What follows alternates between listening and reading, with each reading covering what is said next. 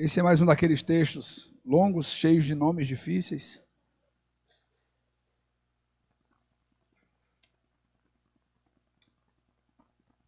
E hoje nós vamos meditar no tema avivamento, dedicando nossos serviços a Deus. Diz assim: são estes os sacerdotes e levitas que subiram com Zorobabel, filho de Sealtiel, e com Jesua, Seraías, Jeremias, Esdras, Amarias, Maluque, Ratus, Secanias, Reum, Meremote, Ido, Ginetói, Abias, Miamim, Maadias, Bilga, Semaías, Joiaribe, Gedaías, Salu, Amoque, Ilquias e Gedaías. Estes foram os chefes dos sacerdotes e de seus irmãos nos dias de Jesua. Também os levitas Jesua, Binuí, Cadmiel, Serebias, Judá e Matanias. Este e seus irmãos dirigiam os louvores. Baquebuquias e Uni, seus irmãos, estavam defronte deles, cada qual no seu mistério. Jesua gerou a Joiaquim, Joiaquim gerou Eliasibe, Eliasibe gerou a Joiada, Joiada gerou a Jonatas, e Jonatas gerou a Jadua. Nos dias de Joiaquim foram sacerdotes cabeças de famílias de Seraías, Meraías e Jeremias, Ananias, de Esdras, Mesulão, de Amarias, Joanã, de Maluque, Jonatas, e de Sebanias, José, de Harim, Adna, de Meraiote, Elcai, de Ido, Zacarias, de Gineton, Mesulão, de Abias, Zicre, de Miniamim e de Moadias, Piutai, de Bilga, Samua, de Semaías, Jonatas, de Joiaribe, Matenai, de Gedaías, Uzi, de Salai, Calai, de Amoque, Eber, de Ilquias, Razabias, de Gedaías, Netanel. Dos levitas, nos dias de Eliasibe, foram inscritos como cabeças de famílias, Joiada, Joanã e Jadua, como também os sacerdotes até o reino de Dario Persa. Os filhos de Levi foram inscritos como cabeças de famílias no livro das crônicas, até os dias de Joanã, filho de Eliasibe. Foram, pois, chefes dos levitas, Asabias, Serebias e Jesua, filho de Cadmiel. Os irmãos deles lhes estavam fronteiros para louvarem e darem graça segundo o mandado de Davi, homem de Deus, coro contra coro. Matanias, Baquebuquias, Obadias, Mesulão, Talmon e Acube eram porteiros e faziam a guarda aos depósitos das portas. Estes vieram nos dias de Joiaquim, filho de Jesua, filho de Josadaque, e nos dias de Neemias, o governador, e de Esdras, o sacerdote e escriba. Na dedicação dos muros de Jerusalém, procuraram os levitas de todos os seus lugares para fazê-los vir, a fim de que fizessem a dedicação com alegria, louvores, cantos, símbolos, alaúdes e harpas. Ajuntaram-se os filhos dos cantores, tanto da campina, dos arredores de Jerusalém, como das aldeias dos netofatitas, como também de Bet-Gilgal, e dos campos de Gebá e de Asmavete, porque os cantores tinham edificado para si aldeias nos arredores de Jerusalém. Purificaram-se os sacerdotes e os levitas, que também purificaram o povo e as portas do muro e o muro. Então fiz subir os príncipes de Judá sobre o muro e formei 2 grandes coros em procissão, sendo um à mão direita sobre a muralha, para o lado da porta do monturo. Após eles ia Osaías e a metade dos príncipes de Judá, Azarias, Esdras, Mesulão, Judá, Benjamim, Semaías e Jeremias, e dos filhos dos sacerdotes, com trombetas, Zacarias, filho de Jonatas, filho de Semaías, filho de Matanias, filho de Micaías, filho de Zacur, filho de Asaf, e seus irmãos Semaías, Azrael, Milalai, Gilalai, Maai, Netanel, Judá e Anani, com os instrumentos músicos de Davi, homem de Deus. Esdras, o escriba, ia diante deles. À entrada da porta da fonte subiram diretamente as escadas da cidade de Davi, onde se eleva o muro sobre a casa de Davi, até a porta das águas do lado oriental. O segundo coro ia à frente, e eu após ele. Metade do povo ia por cima do muro, desde a torre dos fornos até o muro largo. E desde a porta de Efraim passaram por cima da porta velha e da porta do peixe, pela torre de Ananel, pela torre do Sem, até à porta do gado, e pararam à porta da guarda. Então ambos os coros passaram na casa de Deus, como também eu e a metade dos magistrados comigo. Os sacerdotes Eliaquim, Maazéias, Miniamim, Micaías, Elioenai, Zacarias e Ananias iam com trombetas, como também Maazéias, Semaías, Eleazar, Uzi, Joanã, Malquias, Elão, Ezer, e faziam-se ouvir os cantores sob a direção de Jezraías. No mesmo dia ofereceram grande sacrifício e se alegraram, pois Deus os alegrara com grande alegria. Também as mulheres e os meninos se alegraram, de modo que o júbilo de Jerusalém se ouvia até de longe. Ainda no mesmo dia se nomearam homens para as câmaras dos tesouros, das ofertas, das primícias e dos dízimos, para juntarem nelas das cidades as porções designadas pela lei para os sacerdotes e para os levitas, pois Judá estava alegre, porque os sacerdotes e os levitas ministravam ali, e executavam o serviço do seu Deus, e o da purificação, como também os cantores e porteiros, segundo o mandado de Davi e de seu filho Salomão, pois já outrora, nos dias de Davi e de Asaf, havia chefes dos cantores, cânticos de louvor e ações de graças a Deus. Todo Israel, nos dias de Zorobabel e nos dias de Neemias, dava aos cantores e aos porteiros porções de cada dia, e consagrava as coisas determinadas aos levitas, e os levitas das destinadas aos filhos de Arão. Vamos orar, irmãos. Senhor Deus, nós agradecemos a Ti pela leitura da Tua palavra, pedimos a Deus que o Senhor opere em nossas vidas para a glória e para o louvor do Teu nome. No nome santo do Teu Filho Jesus, nós oramos. Amém. Irmãos, o livro de Neemias é marcado por intensa luta e intensa dedicação na construção ou na reconstrução da cidade, na reconstrução dos muros. Nesse ínterim nós vemos também a reconstrução do templo. E quando nós vemos esse contexto, nós percebemos 4 nomes muito importantes dos livros canônicos: Neemias, Esdras, Ageu e Zacarias. Então, Neemias, Esdras, Ageu e Zacarias foram pessoas que trabalharam diretamente na reconstrução da cidade de Jerusalém e de Judá, e da tribo de Judá, incluindo Benjamim. Benjamim, um pequeno território que ficava dentro do território maior, que era o território de Judá. Como os irmãos bem se lembram, se não se lembram, vamos refrescar a memória. No ano de 922 a.C., houve uma divisão entre os dois, em 2 partes do reino de Israel. Ficou o reino do sul com 2 tribos e reino do norte com 10 tribos. No reino do norte, todos os reis que ali reinaram, eles fizeram o que era mal perante o Senhor, porque eles não eram da descendência real, porque eles se venderam facilmente à idolatria, enquanto no reino do sul, boa parte deles fez o que era reto perante o Senhor, e outra parte fez o que era mal perante o Senhor. E nesse processo, depois da divisão dos reinos, em 922, esses 2 reinos, eles se apoiaram em reinos ímpios, pagãos, confiaram mais em reis do que no próprio Senhor, guerrearam um contra o outro, Israel e Judá, né? Guerrearam um contra o outro, e então eles fizeram várias e várias abominações perante o Senhor.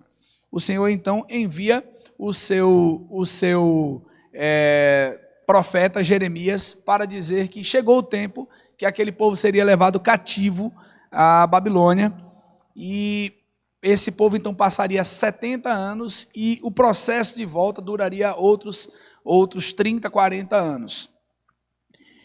Aqui então nós vemos que o trabalho já foi feito, depois de muita oposição, depois de muitas orações, depois de consagração, e agora eles estão se alegrando por conta de haverem concluído tudo o que eles começaram a fazer. E aqui então, dos versos 1 a 9, nós vemos primeiro a lista dos sacerdotes e levitas relacionados com o regresso de Zorobabel. Quem foi Zorobabel? Zorobabel foi governador antes de Neemias. Zorobabel, ele era da família de Davi. Zorobabel, ele tinha recebido uma promessa da parte de Deus por meio do profeta Ageu, dizendo que faria de Zorobabel um anel de selar. Então Deus não havia abandonado a família real. Deus havia feito promessa, e dali de Zorobabel, você pode encontrar isso na genealogia de Mateus, falando sobre Jesus, que Zorobabel está na família de Jesus, né? Ele está nos ancestrais, nos antepassados de Jesus. Então, nós vemos essa lista aqui daqueles que vieram com Zorobabel. E depois, nós começamos a ver também a genealogia dos sacerdotes que estavam ali nos dias de Josué. Josué é o sumo sacerdote que também o Senhor usa nos dias de Ageu e Zacarias. Ageu e Zacarias eram profetas, Zorobabel era governador e Josué era sumo sacerdote. Eu acho tão bonita uma profecia que nós vemos ali em Zacarias capítulo 2, quando Satanás, na visão de Zacarias, ele acusa Josué e o Senhor então intercede por Josué. Deus, ele é o intercessor, inclusive do intercessor, inclusive do sumo sacerdote. Satanás então vem para acusar os pecados de Josué e Deus então justifica Josué. E isso também aponta para um sumo sacerdócio, por mais que escolhido por Deus, falho, e vai apontar para um sumo sacerdócio perfeito, que é o de Cristo. Então Jesus é o sumo sacerdote perfeito. Nós devemos acreditar nisso que a palavra de Deus nos diz. Jesus é o nosso sumo sacerdote perfeito. Então, dentro desse contexto, aqui, Neemias e Esdras estão fazendo a lista daqueles que estavam regressando após o decreto do rei da Pérsia. Nós vemos, então, dos versos de 10 a 11, essa genealogia do sumo sacerdote Josué e Jadua. Nós vemos os versos de 12 a 21, a lista de sacerdotes no tempo de Joiaquim, e nós vemos também dos versos 22 a 26, os chefes das famílias de levitas nos tempos de Joiaquim, e mais tarde nós vemos que eles ainda permanecem ali. A partir do versículo 27, nós vemos então, irmãos, a dedicação das muralhas e a organização dos serviços religiosos no templo. Por que a gente está pulando tanto? Porque são muitos nomes, né? Então, a genealogia para o judeu é muito importante, para nós também é. Mas nesse caso nós precisamos entender que essa lista de nomes de famílias, ela serve justamente para demonstrar que estavam de volta pessoas para pertencerem à raça pura da descendência de Abraão. Esse é o objetivo. Por quê? Tanto de Abraão, né? E como também descendência de Arão, tá? Por quê? Porque a promessa do Cristo tinha que vir de uma raça pura da descendência de Abraão. Então, o que Deus fez foi preservar o seu povo nesse período de tanta miscigenação, como aconteceu com os samaritanos, como acontece aqui ainda no capítulo 13, nós vamos ver. Em Esdras também nós vimos, quando eles mandam as mulheres ficarem na Pérsia, os homens judeus que haviam casado-se com mulheres persas e babilônicas, elas tinham que ficar, eles tinham que partir e voltar para sua terra, porque não poderia entrar gente que não fosse da descendência de Abraão. Por quê? Por causa da promessa do Cristo. Vê como Deus ele é criterioso, né? Cuidadoso nesse sentido. Ele prometeu que o Messias viria da descendência de Abraão. da descendência de Davi. E assim Deus fez, para que não houvesse nenhum tipo de miscigenação, e então a promessa de Deus ficasse comprometida. Por isso que Deus então ordena que voltem as mulheres, e no capítulo 13 de Neemias nós vamos ver um pouco desse episódio que também aconteceu no capítulo final de Esdras, nos capítulos finais de Esdras. Então veja, o que eu acho tão interessante, irmãos, é que há uma festa, há júbilo aqui. A obra de Deus sendo feita, Deus restaurando a história do seu povo, o Deus que redime e preserva o seu povo, Ele agora está usando o seu povo na reconstrução da fé, na reconstrução dos costumes da lei, e agora esse povo está celebrando por toda a obra, por todo o trabalho, por todo o serviço prestado. Então nós vemos uma sequência que mostra justamente o espelho dos melhores dias. E eu gostei muito de pensar sobre isso, quando lendo o texto, porque há sempre uma referência à lei e há sempre uma referência a Davi. Há sempre uma referência aos dias de Davi, quando realmente houve uma organização ainda maior, havia um prazer em servir a Deus no tabernáculo, havia um prazer em ofertar-se a Deus, havia um prazer em servir ao Senhor, porque realmente, apesar dos erros de Davi, apesar dos pecados de Davi, Deus usou Davi, conduziu Davi em tudo. O reino começou a se unificar, começou a crescer em termos de expansão. Davi, ele era homem de guerra, apesar de em algum momento da sua vida ter falhado, não ido à guerra nos dias, por exemplo, de Betseba. Mas Davi era um rei que estava na linha de frente, costumava fazer isso. E também ele era criterioso em relação à adoração. Ele observava a lei, ele não implementava nada. Ele observava a lei e fazia e propunha que fosse feito o serviço com alegria, com coração contrito, com celebração. Davi, então, ele propunha sempre isso. Então, o espelho dos melhores dias. Guarde bem isso. O espelho dos melhores dias. Os melhores dias da adoração daquele povo era sempre trazido à tona ou sempre trazido à memória os dias de Davi. E veja que coisa interessante. Quando nós observamos, depois que os levitas tomam cada um seu lugar, os sacerdotes também, se restabelecem chefes dos sacerdotes, chefes dos levitas, trazem levitas que haviam sido dispersados, que perderam a alegria do serviço, que estavam em seus campos, que estavam em aldeias fazendo outros serviços, e agora se trazem de volta esses levitas, estipula-se o pagamento deles.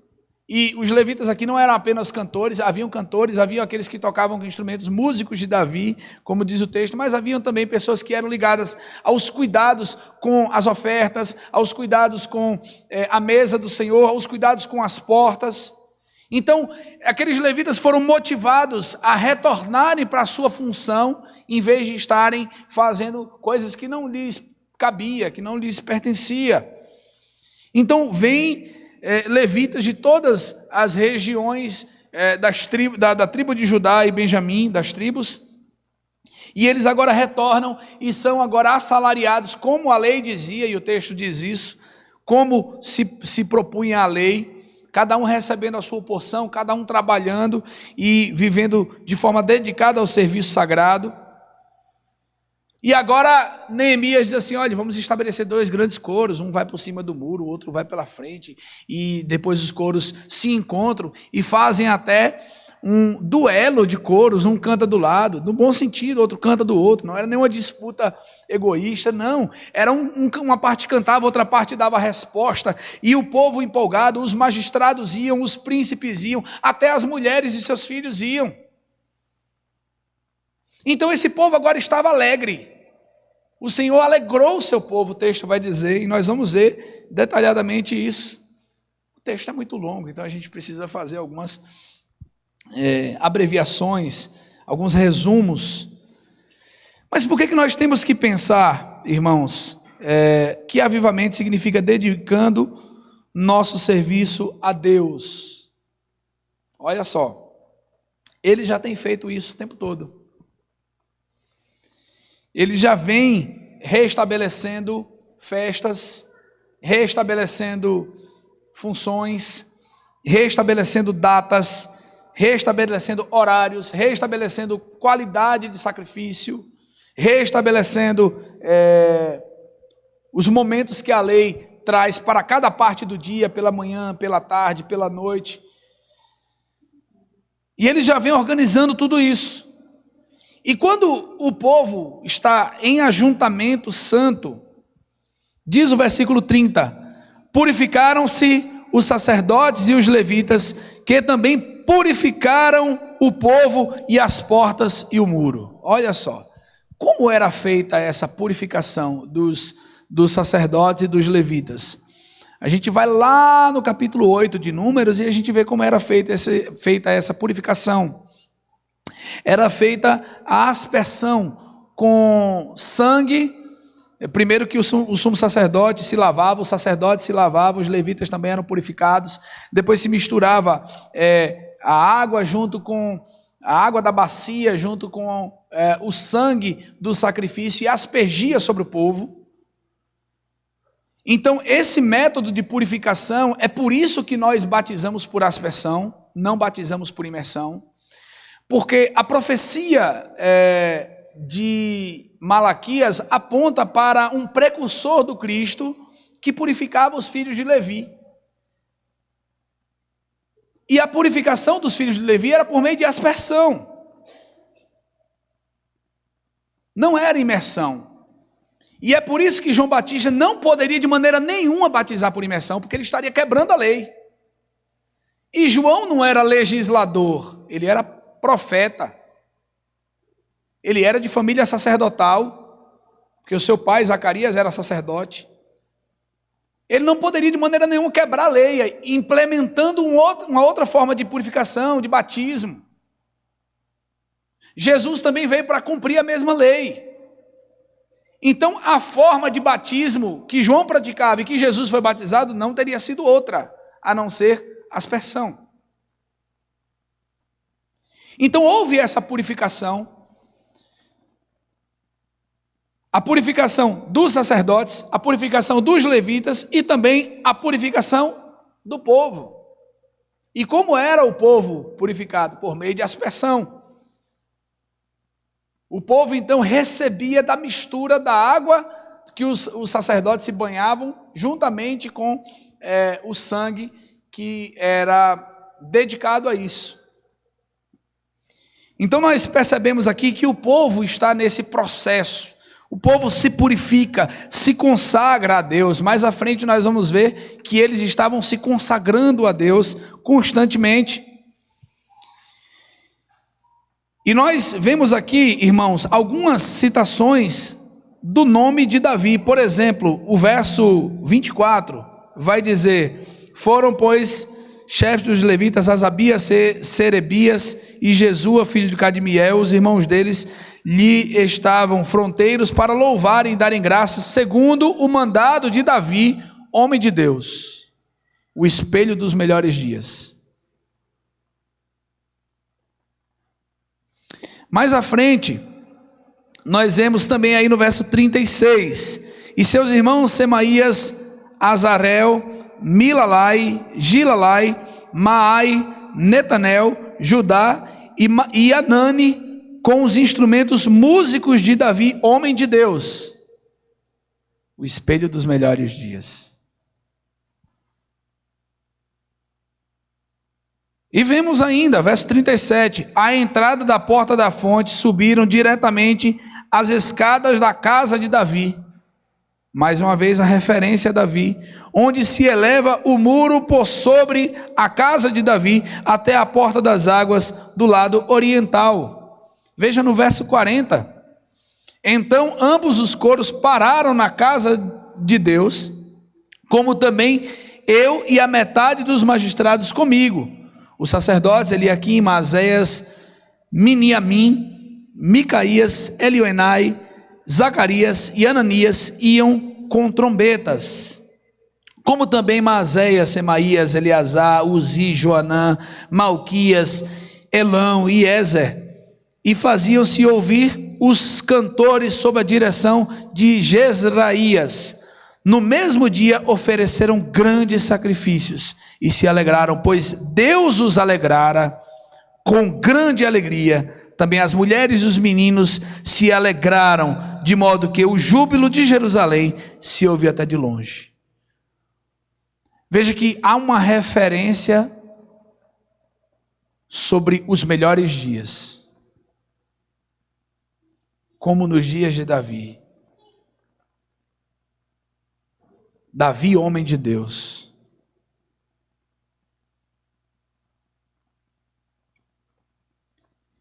E o que nós podemos dizer, irmãos, a partir do verso 40 até o verso 43, nós temos a ideia do ajuntamento solene. Eles iam cantando até se encontrarem na casa de Deus. Se encontraram na casa de Deus. Eles pararam ali na casa de Deus. E eles começaram ali também a oferecerem grandes sacrifícios. Mas não somente isso, eles se alegraram. Irmãos, a ideia de sacrifício é realmente uma ideia de um esforço muito grande. Porque por mais que alguém tivesse posses naqueles dias, considerando quem tem posses, retirar algo para dar a Deus, humanamente falando, é uma questão de fé, é verdade. Mas humanamente falando é uma questão muito difícil, a gente tem muita dificuldade de dar alguma coisa a Deus. Não deveria ser assim. Nós temos dificuldades em sermos dizimistas e ofertantes, porque isso é um sacrifício. Nós temos dificuldades em pararmos o nosso tempo, o nosso dia para lermos a Bíblia e orar, isso é um sacrifício. Nós temos dificuldades em pararmos um dia e fazermos um dia de consagração e jejum, isso é um sacrifício. Nós temos dificuldade de procurar alguém e resolver um problema antigo, uma rixa, uma querela, uma celeuma, seja o que for, e isso é um sacrifício mesmo que nós estamos certos. Não, eu estou certo, mas eu não vou procurar não. Mas é um sacrifício. É um sacrifício. Só que a ideia aqui é que eles ofereceram sacrifícios com alegria. Ofereceram grandes sacrifícios e se alegraram. Só um povo crente de verdade, grato de verdade, que ama o seu Deus, oferece sacrifícios com alegria. Só quem tem dimensão do tamanho da graça de Deus e da misericórdia de Deus, serve a Deus com alegria. Só quem sabe verdadeiramente valorizar a grande obra de Deus em sua vida, faz algo para Deus com alegria. Mas quem não tem dimensão disso, faz reclamando, faz com dificuldade, entrega a ovelha, o cordeiro manco, maculado, sujo, doente, pata quebrada, pelo velho, adoecido, cheio de feridas, porque está entregando a Deus qualquer coisa. Me lembrando da pregação que Rangel fez aqui, né? Recentemente no livro de Malaquias. Os sacerdotes não demonstravam amor para com o serviço de Deus, e o povo, em resposta a isso também, pela motivação do sacerdote, oferecia qualquer coisa a Deus. E eles diziam, a mesa de Deus é imunda. Mas era uma consequência da vida que os sacerdotes viviam. Mas quando olhamos aqui, irmãos, nós vemos que eles param diante da casa de Deus, cantando alegremente, e eles começam a oferecerem grandes sacrifícios, e se alegraram. Por que que eles fizeram isso? Parte B do verso 40. Pois Deus os alegrara com grande alegria. Deus os alegrara com grande alegria. Por que que eles ofereciam sacrifícios com alegria? Porque Deus os alegrara com grande alegria. E o retrato da igreja atual é de pessoas que estão frias, doentes, como se Deus não tivesse feito nada por elas. Irmãos, Deus entregou na cruz tudo de melhor que ele tinha. Não morreu um anjo, não morreu uma criança, filha de pais terrenos apenas. Não morreu um grande governante da terra. Não morreu o prêmio Nobel da Paz, nem o prêmio Nobel da Ciência, nem da Medicina. O Filho de Deus estava na cruz. E Deus então nos alegrou com alegria eterna. Então nós devemos nos alegrar em Deus, porque Deus nos alegrou. Essa é mais do que qualquer outra razão para vivermos alegres, para a glória de Deus. Paulo estava preso, os cristãos filipenses estavam abatidos, porque Paulo agora estava preso, e agora o que vai ser? Paulo disse assim: olha, não se entristeçam não, porque nas minhas algemas eu continuo pregando, eu tenho o testemunho de toda a guarda pretoriana, então se alegrem. Alegrem-se comigo, congratulem-se comigo. Eu quero chegar lá no final, no dia de Cristo, e ver que vocês realmente chegaram lá, e essa vai ser minha alegria e coroa. Eu estou preso aqui, mas eu me alegro com vocês, porque vocês estão aí, e eu estou aqui, e no momento que estou aqui, estou pregando, e estou confiando, que pela oração de vocês, o Senhor pode me restituir a vocês, mas se não, pouco importa. Eu vou glorificar Cristo com a minha vida e com a minha morte, ou com a minha morte, porque para mim, o viver é Cristo, e o morrer é lucro. Alegria, porque Deus nos alegrou. A Escritura nos diz em Isaías capítulo 61, cumprimento em Cristo Jesus, quando o próprio recita em Lucas capítulo 4, dizendo: o Espírito do Senhor Deus está sobre mim, porque Ele me ungiu para pregar boas novas aos quebrantados, enviou-me a curar os quebrantados de coração, e a livrar os cativos, e a pôr em liberdade os algemados, e a pregoar o ano aceitável do Senhor, o dia da vingança do nosso Deus, a consolar todos os que choram, e a pôr sobre os que estão em Sião, que tem uma coroa, que tem cinzas, então uma coroa em vez de cinzas, óleo de alegria em vez de pranto, vestes de louvor em vez de espírito angustiado, a fim de que se chamem carvalho de justiça, criados pelo Senhor para a sua glória. Irmãos, nós estávamos escravos, abatidos, desanimados, e então o Espírito do Senhor em Cristo Jesus nos libertou. E agora nós temos óleo de alegria em vez de pranto, veste de louvor em vez de espírito angustiado.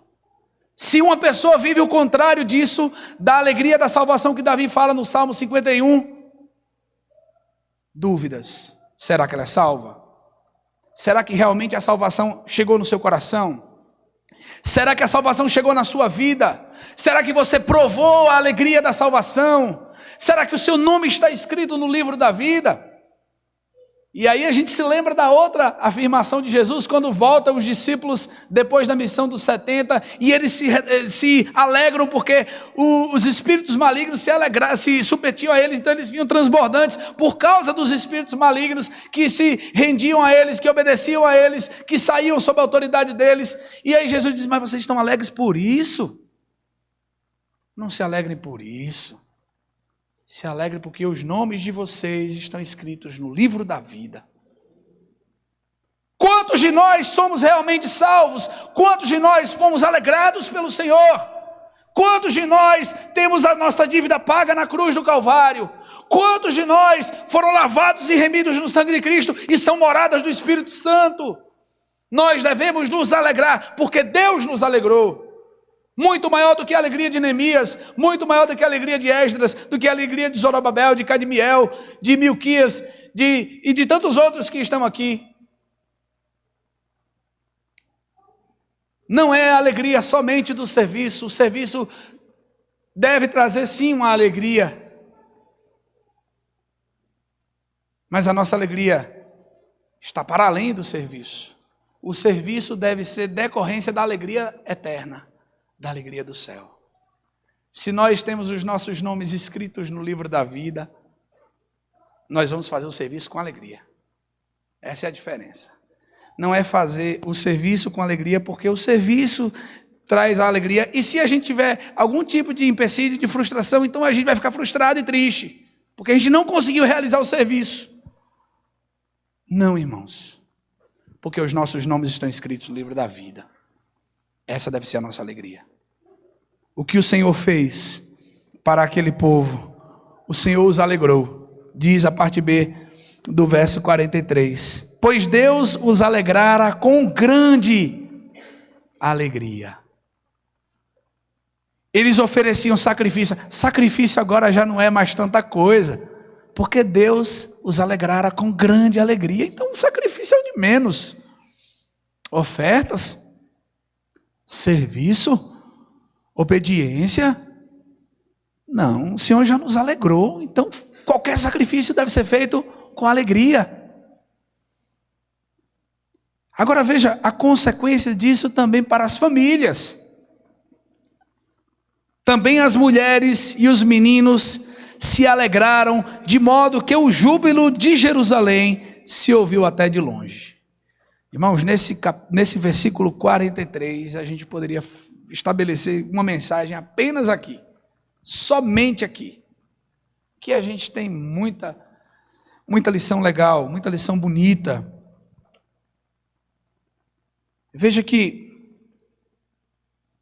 não somente os sacerdotes, não somente os levitas, não somente os magistrados,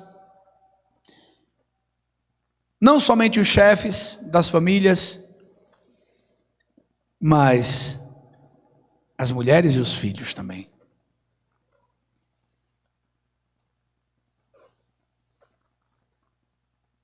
Qual é o retrato de hoje, do povo de Deus hoje?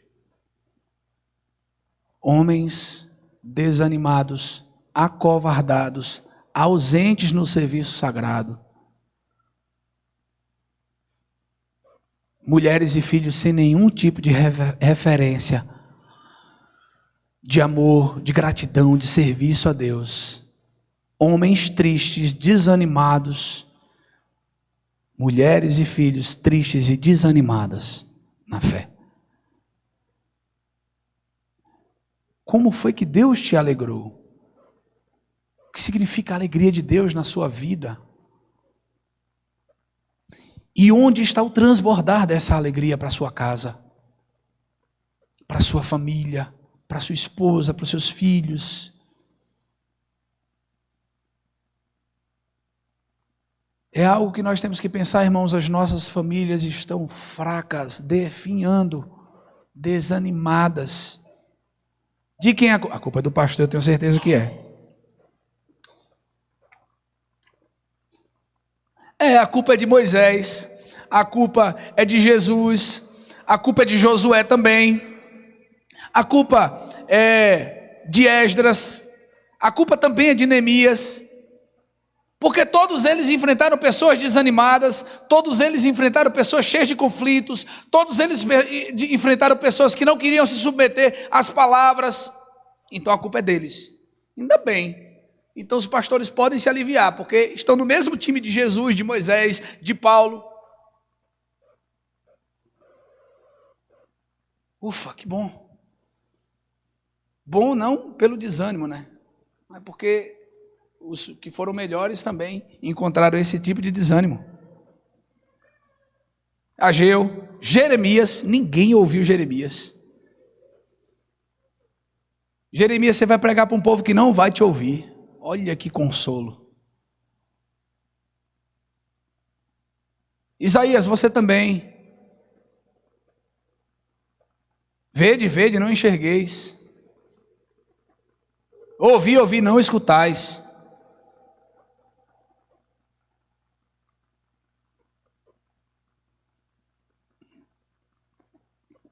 Irmãos, o Senhor nos alegrou com grande alegria. E por isso, sacrifícios não significam nada diante da alegria que Deus nos concedeu. Me lembro da frase de Charles Studd, fundador da WEC, Agência de Evangelização Mundial, da tradução, Ele disse: Jesus Cristo é Deus e morreu por mim. Não há sacrifício grande mais que eu não possa fazer por Ele. Se Ele é Deus e morreu por mim, não há sacrifício grande mais que eu não possa fazer por Ele. Então, na sequência do texto nós vemos que além disso, além de eles oferecerem grande sacrifício, porque o Senhor os havia alegrado com grande alegria, e as suas mulheres e os seus filhos também se alegraram, esse júbilo, essa alegria era ouvido, era percebido longe de Jerusalém. E a gente pode pensar, irmãos, o quanto uma vida alegre, satisfeita no Senhor, pode nos fazer chamar a atenção de outras pessoas. Pode fazer com que outras pessoas olhem para nós e digam: poxa, como é que você está passando por uma situação como essa e continua alegre, de cabeça erguida, acreditando na vida, suportando as adversidades? Como é possível?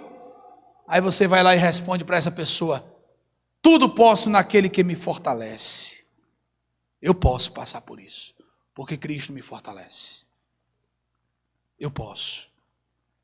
Enquanto o mundo não tem chão em determinadas situações, nós estamos firmados na rocha. Pode bater vento, rio transbordar, chuva, e a nossa casa está firme na rocha, porque nós ouvimos e praticamos as palavras de Jesus. Depois, irmãos, nós vemos o verso 44 em diante, diz assim: ainda no mesmo dia se nomearam homens para as câmaras dos tesouros, das ofertas, das primícias e dos dízimos, para ajuntarem nelas das cidades as porções designadas pela lei para os sacerdotes e para os levitas, pois Judá estava alegre. Agora o povo todo está alegre. Judá estava alegre, porque os sacerdotes e os levitas ministravam ali e executavam o serviço de Deus e o da purificação, como também os cantores e porteiros, segundo o mandado de Davi e de seu filho Salomão, o espelho dos melhores dias.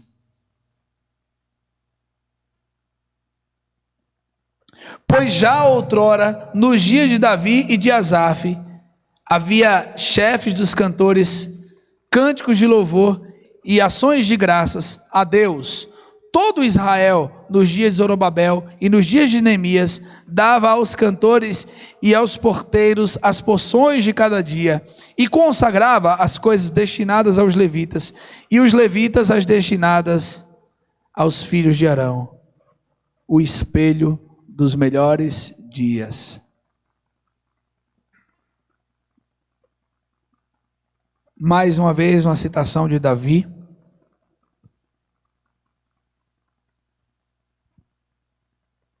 Nós vemos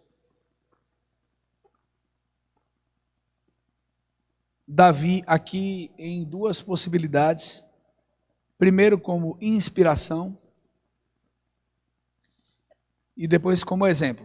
Por que a gente está separando essas duas coisas? Às vezes a gente fala de inspiração hoje, pensando em exemplo, né? Ah, fulano é uma inspiração para mim, né? Quando você vê que alguém se dedicou, estudou, empreendeu, focou, deu certo na vida, e aquela pessoa é um exemplo e a gente fala que é uma inspiração, né? Mas a gente precisa separar muito bem essas duas coisas. Nesse caso, nós vemos que no verso 45 ele diz assim: e executaram o serviço do seu Deus e o da purificação, como também os cantores e porteiros, segundo o mandado de Davi. Aqui ele está falando de Davi como inspirado por Deus, que traz aquela ideia da revelação, mostrando como deveria ser o serviço a Deus, baseado na própria lei. Mas também nós vemos aqui Davi como exemplo, e foi um exemplo a ser seguido. Veja que ele diz: pois já outrora, nos dias de Davi e de Asaf, havia chefes dos cantores, exemplo, cânticos de louvor e ações de graças a Deus, e o exemplo a ser seguido.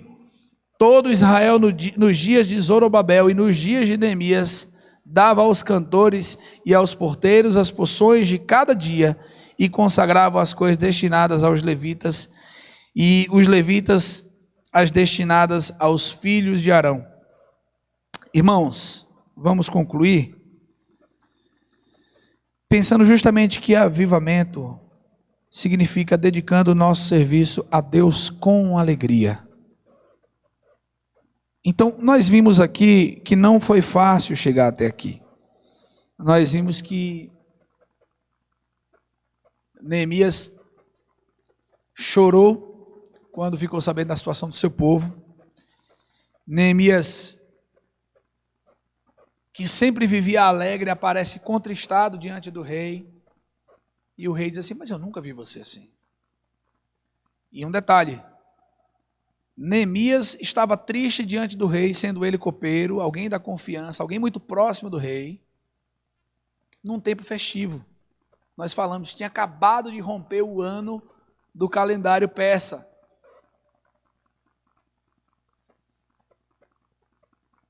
E Neemias, em vez de estar alegre, está triste. E o rei diz assim: mas como é que o seu semblante está desse jeito? Por que o seu semblante está assim, abatido, caído? E ele diz: como é que eu posso estar alegre se a cidade dos túmulos do meu pai, dos meus pais, está em ruínas? O que é que você quer que eu faça? Neemias ora ao Senhor e disse: me envie até lá, para que eu possa reconstruir os muros e as portas da cidade dos meus pais. E Neemias vai e começa a caminhar pelos muros à noite, sozinho.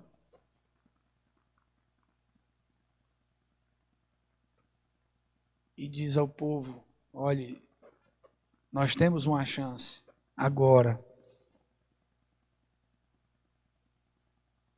de recuperar os muros, de reerguer os muros. Diz o texto que eles começaram a se motivar uns aos outros: sim, nós iremos fazer isso. O rei então manda os recursos, manda a madeira, mas a oposição se levanta, querendo ajudar. Depois, querendo entrar e matar Neemias ali dentro. Depois, convidando Neemias para 80 quilômetros distante de Jerusalém, para matar Neemias lá. E Neemias focado: estou fazendo uma obra e não posso parar. Eles então, irmãos, resolvem problemas internos, quando os seus próprios compatriotas ali começam a escravizar uns aos outros por conta de dívidas, e Neemias então intercede e diz: eu coloquei do meu bolso, eu hospedei pessoas, eu alimentei muita gente e não cobrei nada, eu nem exigi a porção que era do governador. Eles então entram num período de consagração, jejum, após um período de grande festa, de júbilo, da festa dos tabernáculos. Eles então entram num período de consagração, e eles então chegam a este momento. Não foi fácil. Mas nós também devemos entender, irmãos, que dedicar o nosso serviço a Deus com alegria demanda alguns aspectos da nossa fé, do nosso conhecimento. As nossas práticas condizentes com a palavra de Deus. Primeiro, como é que nós podemos dedicar os nossos serviços a Deus com alegria? Em primeiro lugar, praticando uma vida de consagração bíblica. O verso 30 nos diz isso. Purificaram-se os sacerdotes e os levitas, que também purificaram o povo, e as portas e o muro. Houve uma busca na lei de como se purificar para a glória de Deus. E então, esse povo atende a esse clamor e se purifica para a glória de Deus. para o serviço alegre de Deus.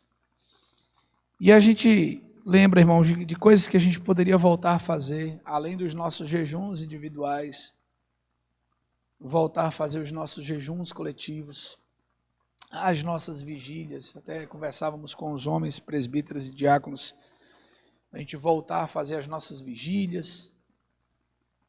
Até já pensamos em uma vigília lá no Chimarra, juntamente com aqueles irmãos ali. Pensamos agora nos terrenos dos irmãos da igreja. Vamos fazer vigília agora. Vamos buscar a Deus junto. Buscar tempo para orar, para nos consagrarmos ao Senhor. Nós precisamos praticar uma consagração bíblica. Porque se não for assim, o nosso serviço vai ser cansativo, pesaroso, desanimador. A gente vai esperar elogio, não vai conseguir, então a gente vai desanimar. Mas quando a gente faz para Deus, a gente, não importa o que os homens digam, a gente quer servir a Deus, porque o Senhor nos alegrou, e nós devemos nos alegrar. Em segundo lugar, primeiro praticando uma consagração bíblica, nós vemos em segundo lugar, tendo nossa alegria no caráter e nos feitos de Deus, no verso 43. Porque o Senhor, Ele mesmo, os alegrara com grande alegria. Quando nós olhamos para os capítulos anteriores e vemos a humilhação, o povo se colocando diante de Deus, capítulo 4, quando os inimigos tentam atrapalhar, embargar a obra, Neemias diz: Senhor, olhe para eles. Lembra-te de mim. Lembra-te do teu servo. E Deus, então, Ele tem esse caráter gracioso e misericordioso. Ele é o nosso renovador. Ele é o ourives que nos renova. Ele também é o oleiro que nos quebra e nos refaz. Porque somos o seu povo. Então Ele tem interesse em nós. Não porque Ele viu algo extraordinariamente valioso. Não, mas porque o seu amor está baseado no seu caráter para conosco. Então, irmãos, nós temos a nossa alegria baseada no caráter e nos feitos de Deus para conosco. Os judeus provaram em sua história de um Deus que salva, liberta, supre, preserva e restaura. Por exemplo, nos dias do Egito, Deus salvou o seu povo. Grande livramento o Senhor operou ali. Mas não somente isso. Na história do povo, do livro dos Juízes, o povo volta e meia entrava em aliança com os povos da terra, passavam a idolatria, a prostituição. E quando eles eram escravizados por 18, 22, 40 anos, e eles percebiam que aquele jugo estava pesado, eles voltavam para o Senhor, e o Senhor então os libertava daquele jugo. Eles sabem que Deus os supre. Quando aconteceu, por exemplo, no deserto, Deus supriu o seu povo por 40 anos, as roupas não se envelheciam, as sandálias não se desgastavam, o Senhor fazia vir o maná do céu, Ele fazia brotar água da rocha, Ele protegia o seu povo do calor causticante, direcionando ao mesmo tempo, Ele protegia o seu povo do frio, das baixíssimas temperaturas do deserto, e ao mesmo tempo Ele iluminava, Ele clareava. Deus supre o seu povo, mas não somente isso.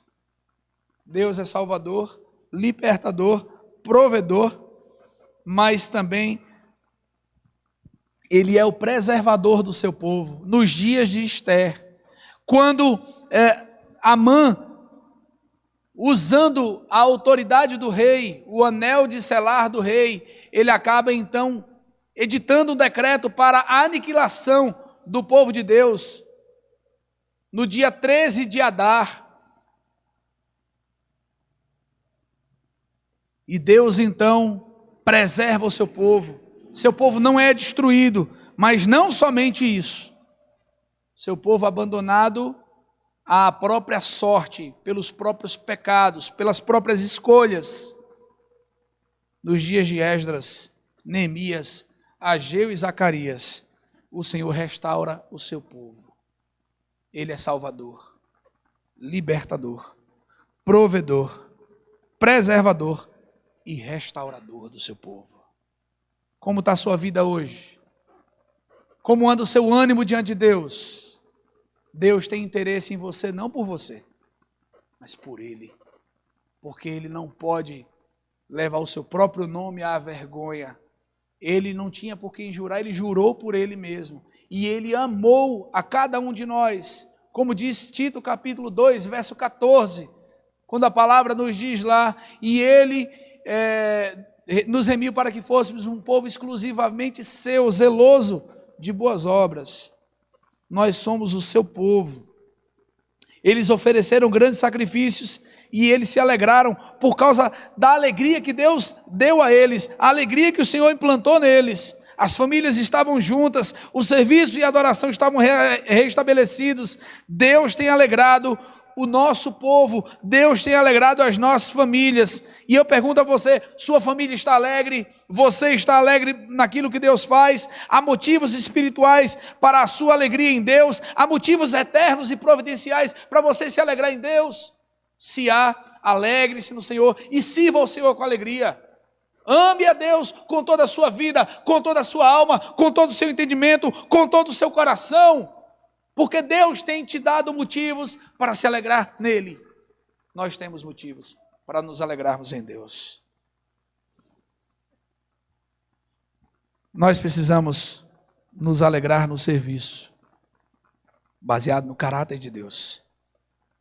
Eu acho interessante, lembrando a história no seminário, tinha um guineense, Júlio, um cidadão sempre risonho, sempre alegre.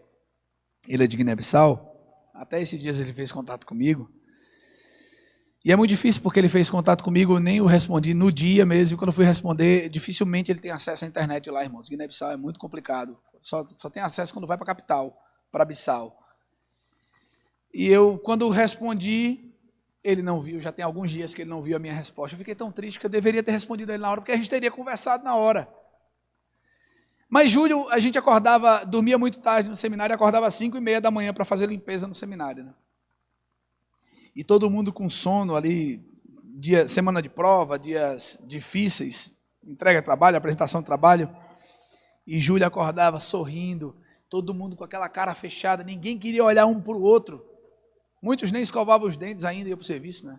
Então não falava também por conta disso. Sabe, sei lá, o que é que ia se sentir, né? Um conversando com o outro. E aí Júlio dizia, bom dia. E tinha gente que dizia assim, bom, o que é que o dia tem de bom? Se tiver de bom, vou te falar lá no final. E ele sempre com toda alegria, servindo, limpando o prédio acadêmico lá. A Escritura nos diz, irmãos, Tiago, no capítulo 5, está alguém entre vós alegre, cante louvores. Nós temos que cantar louvores ao nosso Deus. Nós devemos dirigir palavras agradáveis ao Senhor, palavras que o enalteçam, porque o Senhor tem nos alegrado. E finalmente, irmãos, como nós podemos dedicar os nossos serviços a Deus com alegria? Primeiro, praticando a consagração bíblica. Porque Deus só vai aceitar o nosso serviço se nós tivermos vidas consagradas. Segundo, tendo nossa alegria no caráter e nos feitos de Deus. E terceiro, buscando sempre o melhor exemplo. Lembre-se do espelho dos melhores dias. Quando eles estavam finalizando todo esse processo, eles sempre pensavam nos dias de Davi, do serviço. Eu até estava conversando com os irmãos do grupo de louvor, eu gostava muito de cantar essa música, em adoração, eu me rendo a ti. Aí o refrão diz, como rei Davi eu quero te louvar.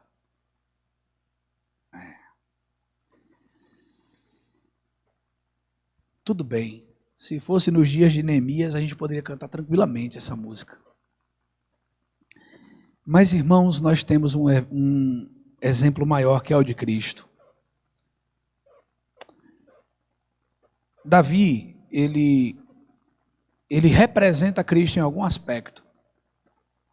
Porque Deus ele prometeu a Davi que o seu reinado era eterno, mas não porque Davi ia viver eternamente reinando como rei, mas por causa de Cristo. E o que eu acho tão interessante é que a palavra Davi significa o amado.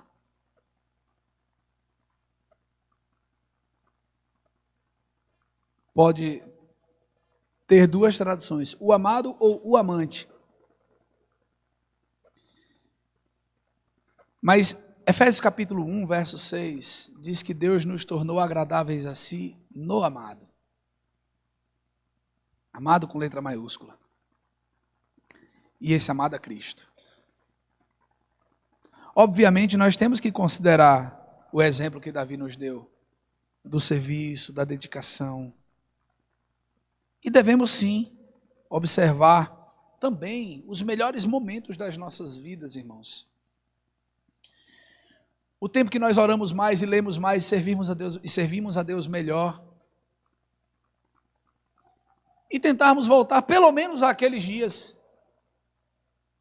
Obviamente a nossa vida é tomada de muitas atividades. E nós nos comprometemos com questões que são profissionais. Mas, irmãos, nós precisamos voltar ao espelho dos melhores dias. E precisamos olhar para os melhores exemplos. Geralmente, quando a gente está errado e a gente quer se proteger, a gente usa o erro do outro, né? A gente não usa o acerto de quem acerta, mas o erro pior que o nosso. E a gente se esquece de voltar para o espelho dos melhores dias.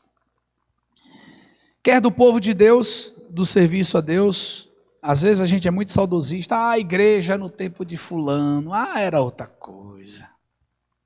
Mas a igreja é você também. A igreja contém você. E nós desanimamos na igreja. Eu me lembro do meu tempo, sim. Na época que a gente estudava, trabalhava e encontrava tempo para ler a Bíblia de meia-noite até 3, 4 da manhã. E que no dia seguinte, 8 horas, tinha que estar no trabalho de novo. E que a gente que trabalhava e estudava à noite, tinha um horário de oração das 10 às 11h30 da noite na igreja, e a gente saía do trabalho, se arrumava e ia para a escola, e da escola a gente saía da escola e ia para a igreja orar. 40 jovens orando. Qual é a desculpa? No dia seguinte a gente tinha que trabalhar e à noite estudar de novo. Mas à noite, às 10h30 da noite, 11 horas, a gente estava lá na igreja orando de novo, e no dia seguinte tinha que acordar de novo para trabalhar e orar de novo. E a gente fica pensando, aquele tempo era bom.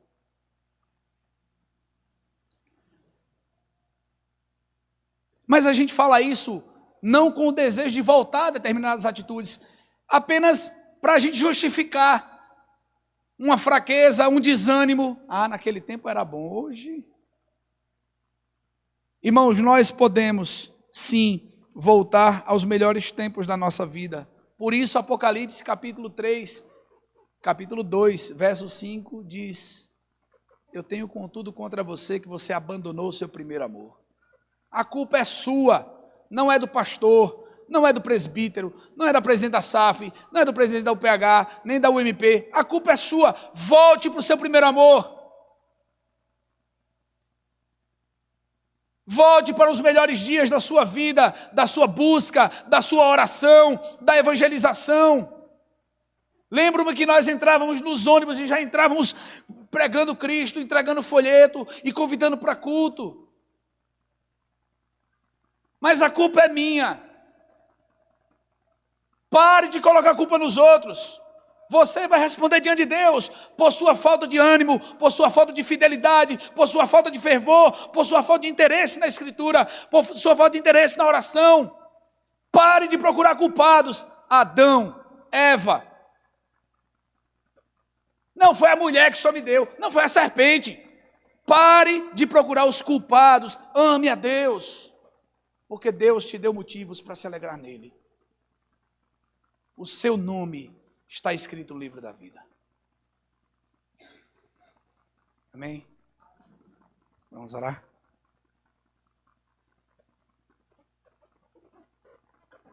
Senhor, muito obrigado pela tua palavra. Nós te louvamos, Senhor. Te agradecemos, porque o Senhor tem nos alegrado. Tua palavra nos diz: alegrai-vos sempre no Senhor. Ó Deus, ajuda-nos sim a chorarmos, a convertermos o nosso riso em pranto e a nossa alegria em tristeza, sim. Quando nós nos dermos conta dos nossos pecados e nos humilharmos na tua presença para que o Senhor nos exalte, como diz Tiago capítulo 4. Mas, Senhor Deus, nos ajude, que o Espírito Santo coloque poder em nós, para nós nos alegrarmos no Senhor, porque o Senhor tem nos alegrado, e então ofereceremos os nossos sacrifícios com alegria, e as nossas famílias se alegrarão, e a igreja se alegrará, e as pessoas para além dos limites das nossas casas, do nosso templo, do nosso trabalho, vão ouvir o nosso júbilo e a nossa alegria de longe, porque o Senhor tem nos alegrado. Ó Deus, que o poder do Senhor nos levante, nos vivifique nesses dias de trevas, dias terríveis, que acometem a igreja de todo mundo, mas que nós realmente precisamos voltar para o Senhor, como diz Oséias: vinde e voltemos ao Senhor, porque Ele nos despedaçou, e Ele também nos sarará. Ó Senhor, sara-nos, ó Pai, para a glória do Teu nome, e ajuda-nos a viver para o Teu louvor e a Tua glória, em nome de Jesus, amém. Amém? Irmãos, alguns avisos.